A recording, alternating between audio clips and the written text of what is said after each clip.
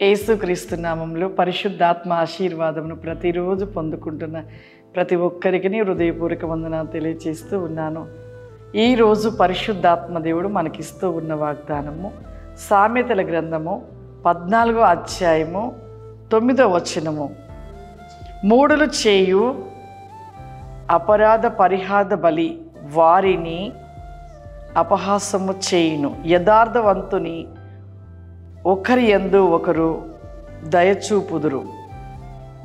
ఈరోజు పరిశుద్ధాత్మ దేవుడు మనకిస్తున్న వాగ్దానం మూడులు చేయు అపరాధములు, వారు చేస్తున్నవి అపరాధములు చేయు. ఎవరైతే అపరాధములు అంటే విమర్శించుడా, అనేకమైన పాపపు ఆలోచనలు, పాపపు పనులు, దేవునికి అసహ్యకరమైన చేసేవారికంట తిరిగి మరలా వారికే అవి కీడుగా ఎంచబడుతూ ఉంటాయంట.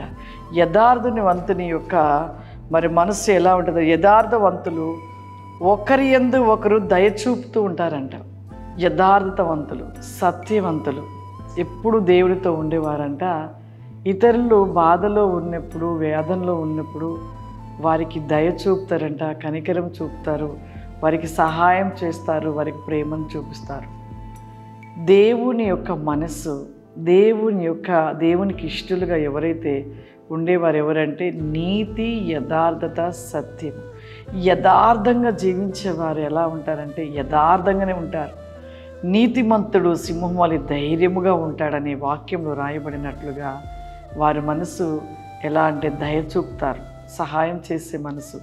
నిజంగా మనం దేవుని బిడ్డలుగా ఉంటున్నాం, కానీ మన మనసులో ఎలా ఉంటూ ఉంటారంటే ఒకరికి ఇవ్వటానికి కానీ, ఒకరి సహాయం చేయటానికి కానీ, ఒకరికి ఏదైనా బాధ వచ్చినప్పుడు, వేదన వచ్చినప్పుడు వారితో వెళ్ళి వారిని ఓదార్చుదాము, వారిని ఓదార్చి వారికి సహాయం చేద్దామన్న మనసు చాలా తక్కువ.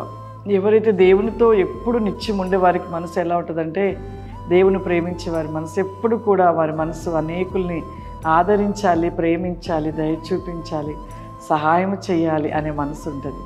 కానీ మూడులు అంటే మూర్ఖులుగా ఉండే వారికి అటువంటి ఆలోచనలు ఉండవు. ఎవరు బాధపడుతున్నా, ఎవరు దుఃఖపడుతున్నా మాకెందుకులే, మా వంతుగా మాదేంటి, మా జీవితం ఏంటి అని పరిగెడుతూ ఉంటారు. వారి కొరకు వారు ఆలోచించుకుంటారు, కానీ ఇతరుల గురించి ఆలోచించరు. ఇతరుల గురించి ఆలోచించే వారు ఎవరంటే దేవునిలో ఉంటూ యథార్థత, సత్యాన్ని కలిగిన వారిగా ఉంటున్నవారు.